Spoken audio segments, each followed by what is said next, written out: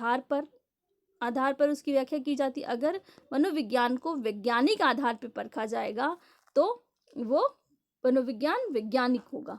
दूसरा, विषय सामग्री की प्रामाणिकता के आधार पर, जो भी विषय सामग्री ली गई है उसकी प्रामाणिकता सिद्ध करके उसको हम वैज्ञानिक मनोविज्ञान सिद्ध कर सकते हैं। वस्तुनिष्ठता के आधार पर, अगर मनोविज्ञान से संबंधित जो बातें हैं उसमें वस्तुनिष्ठता के आधार पर उसकी सत्यता सिद्ध कर दी जाती है तो वो मनोविज्ञान वैज्ञानिक मनोविज्ञान कहलाएगा।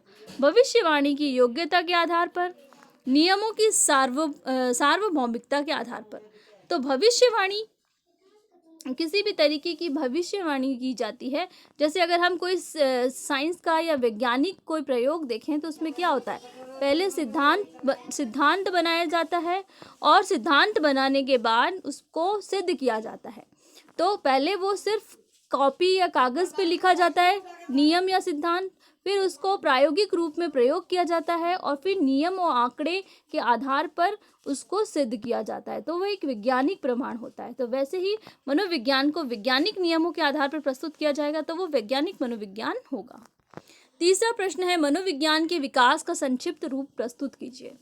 तो मनोविज्ञान के विकास का इतिहास बहुत छोटा है। आधुनिक मनोविज्ञान का औपचारिक प्रारंभ सन 1879 यानी 1879 में हुआ, जब विल्हम वुंट ने लिप्जिंग जर्मनी में मनोविज्ञान की प्रथम प्रयोगशाला को स्थापित किया।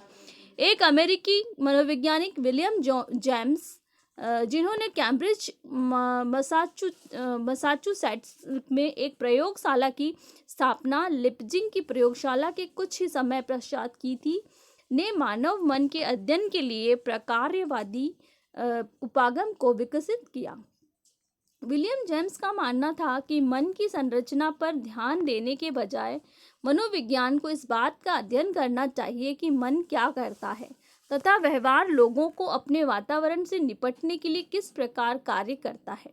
उदाहरण के लिए प्रकारवादियों ने इस बात पर अधिक ध्यान केंद्रित किया कि व्यवहार लोगों को अपनी आवश्यकताओं की पूर्ति करने योग्य किस प्रकार बनाता है। विलियम जेम्स के अनुसार वातावरण से अंतःक्रिया करने वाली मानसिक प्रक्रियाओं की एक सत्य धारा के रूप में चेतना ही मनोविज्ञान का मूल स्वरूप रूपायित करती है। उस समय के एक प्रसिद्ध शैक्षिक विचारक जॉन डीवी ने प्राकार्यवाद का उपयोग यह तर्क करने के लिए किया कि मानव किस प्रकार वातावरण के साथ अनुकूलन स्थापित करते हुए प्रभाव उत्पादक ढंग से कार्य करता है। 20वीं सदी के प्रारंभ में एक नवीन विचारधारा जर्मनी में गेस्टाल्ट मनोविज्ञान के रूप में वुंट ने संरचनावाद के विरुद्ध आई। इसमें प्रत्यक्षिक अनुभवों के संगठन को महत्वपूर्ण माना गया।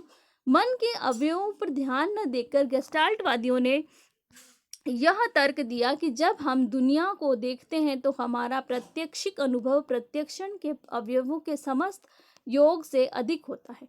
दूसरे शब्दों में, हम जो अनुभव करते हैं वह वातावरण से प्राप्त आगतों से अधिक होता है। उदाहरण के लिए, जब